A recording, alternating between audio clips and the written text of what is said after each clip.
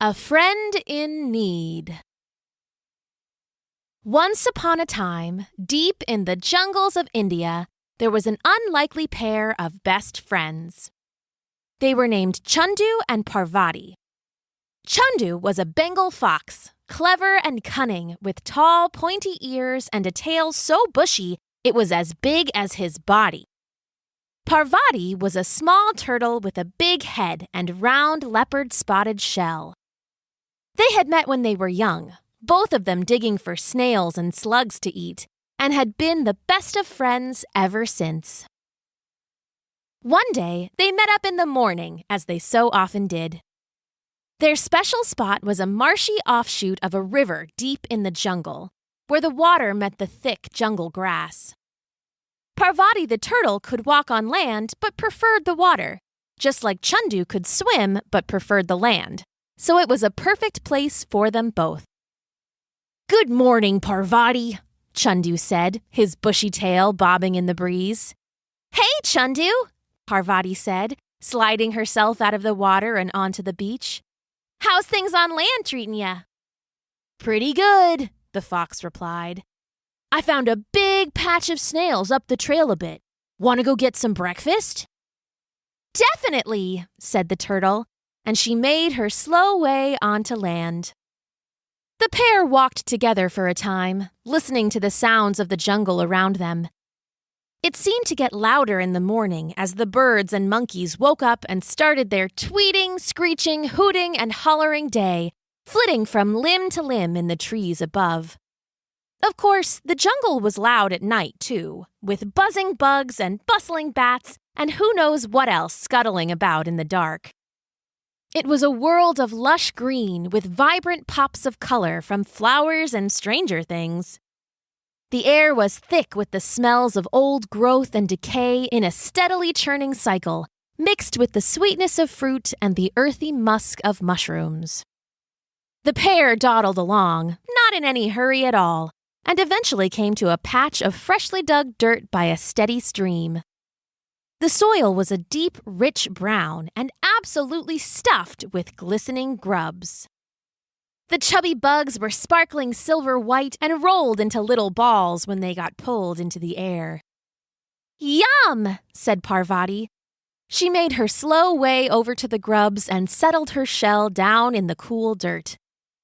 The grubs were as juicy as they looked, and soon she was slurping them up with Chandu by her side.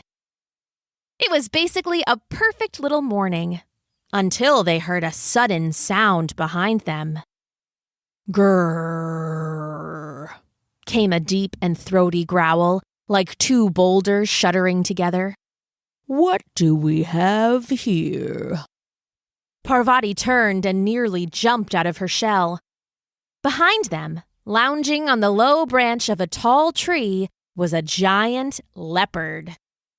He was tawny, which is a golden-brown color, with dappled black spots and a smooth white stomach. His eyes were pale yellow orbs, and worst of all, his teeth were bared in a predator smile that looked like a trap about to snap shut. "Ah!" Chandu screamed. The fox turned his bushy tail and disappeared into the thick brush. Parvati turned to follow him, but, well, turtles aren't nearly as fast as fox. And, even worse than that, they aren't as fast as leopards. She had only managed a few stuttering steps before the big cat pounced, landing right in front of her with another throaty growl. "And where are you going?" he said, his voice a rumble that made Parvati's shell feel all icy cold. "Your little friend left you behind. Looks like your lunch." The leopard reached out a paw and tip-tapped his killer claws on her shell.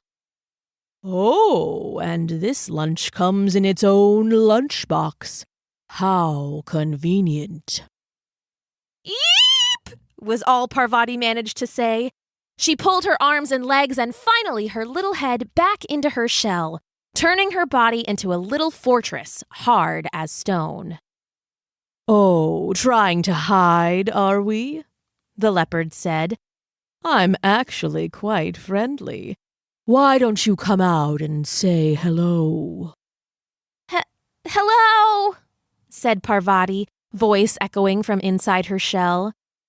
She was a little silly, but not so silly that she thought it was a good idea to listen to anything the leopard had to say. "See, I can talk to you just fine from right in here, thank you." The leopard laughed, and Parvati wondered where her fox friend Chandu had run to. When the leopard appeared, he had just taken off. He had left her behind. How could he have done that? He knew how slow she was. Couldn't he have at least tried to help her? "Well," said the leopard, "if you don't want to come out, I guess I'll have to invite myself in." He picked up Parvati in his mighty jaws and bit down hard, trying to crack her shell. She squeaked as her shell creaked and groaned in the powerful mouth. From the safety of her shell, she was peering now right down the leopard's throat, darker and scarier than any cave. "Come on, shell," she whispered to herself. "Hold strong! Hold strong!" The leopard bit down harder and harder, and just when Parvati was sure her shell would shatter, the big cat finally gave up. "Ugh," he growled, "hard as a rock. That's a neat little house you have there." He dropped her back on the grass and prowled around her in small circles, eyes narrowed and hungry. "I guess if I can't eat you whole, I'll have to fish you out. How does that sound?" "It sounds bad," Parvati said, pulled as far back into her shell as she could. "Have some grubs instead. They're tasty and full of protein." "Bah! Grubs," the leopard spat. "Bugs aren't food. Bugs are the food that my food eats. I like deer and boar. I like bunnies and birds, and I think I will very much enjoy some turtle."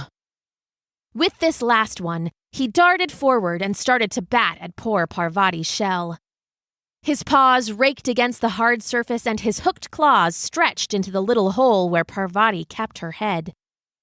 She could see the razor-sharp talon crusted with dirt, scratching and scritching and reaching deeper, trying to hook her and pull her out, trying to snatch her and make her a meal. "Eep!" she said again, scrunching up as small as she could. How could Chandu have left her? Weren't they supposed to be friends? He had led her right to the leopard, and then he had left. As the claw tried to dig ever deeper, the turtle had a terrible thought. Had Chandu lured her here on purpose to get eaten? She had always heard that foxes were very sly. Was he actually friends with the leopard and had been faking all this time? No, it couldn't be. Could it? As if reading her mind, Chandu's voice came from a nearby pile of brush. An old tree had fallen and was now overgrown with vines and prickers, making it a perfect little hiding spot that the leopard couldn't fit into. "You'll never get her out of her shell like that," Chandu said. "Who said that?" said the leopard. "Is that you, little fox?" He peered into the brush with his big, pale eyes. "It's me, and I know that turtle better than anyone," Chandu said. "I can help you get her out of her shell." Oh, no, Parvati thought. Chandu really had tricked her. Was he helping the leopard now? "And why would you help me?" asked the leopard, clearly having the same thought. Parvati tried to take this moment to crawl away, but the second she inched a little leg out of her shell, the leopard snapped at her, making her pull it back before it was chomped. "Well, I'm hungry too," said Chandu, his whiskers waggling. "I'll help you out if you give me a bite." Said the leopard, lying down and resting one massive tawny paw on Parvati's shaking shell.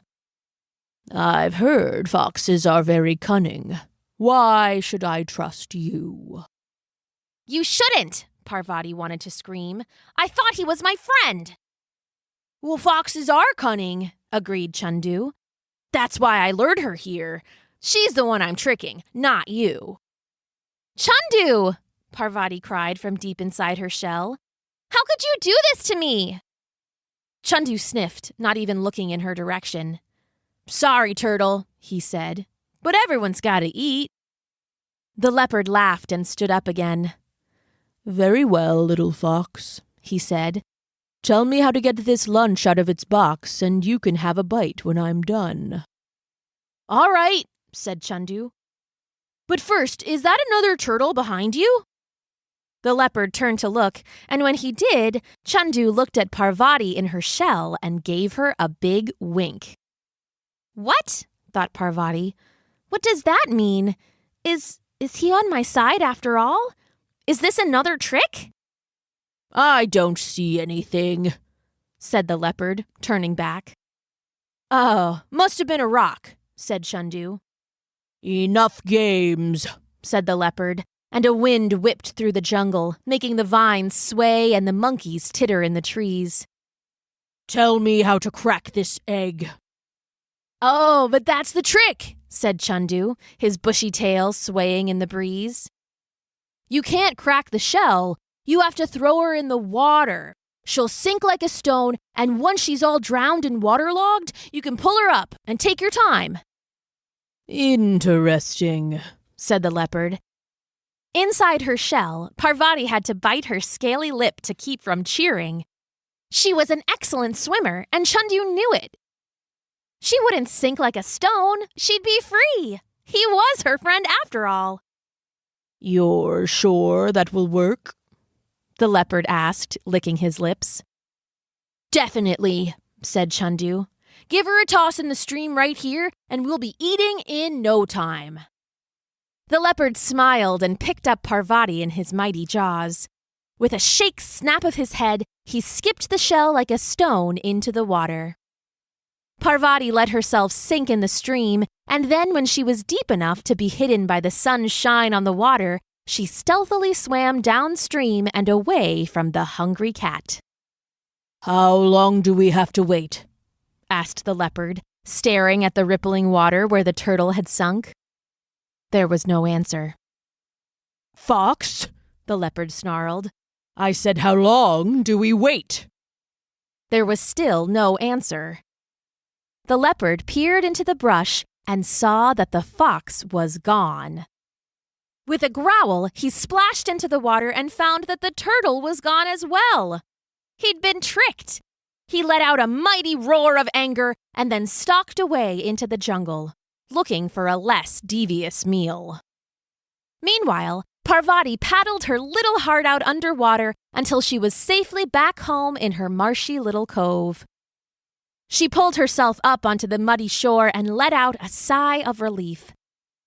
A second later, Chandu slipped in, panting hard himself from his own mad sprint away from the leopard. Oh, thank the jungle, he said. Parvati, you made it. You too, said the turtle with a smile. I'm sorry I ran away, Chandu said.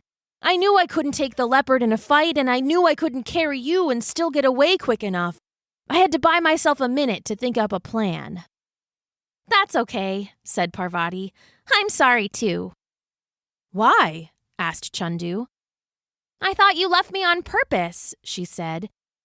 When you disappeared and then offered the leopard help, I thought maybe you really did want me for lunch. Never, said Chandu. You're my best friend. Don't feel bad for thinking that, though. I did leave. But just know I'll always help you, no matter where you go. Me too, said Parvati. It just might take me a while to get there. They both laughed, and off they went, looking for something to eat and staying well away from any leopards. The end.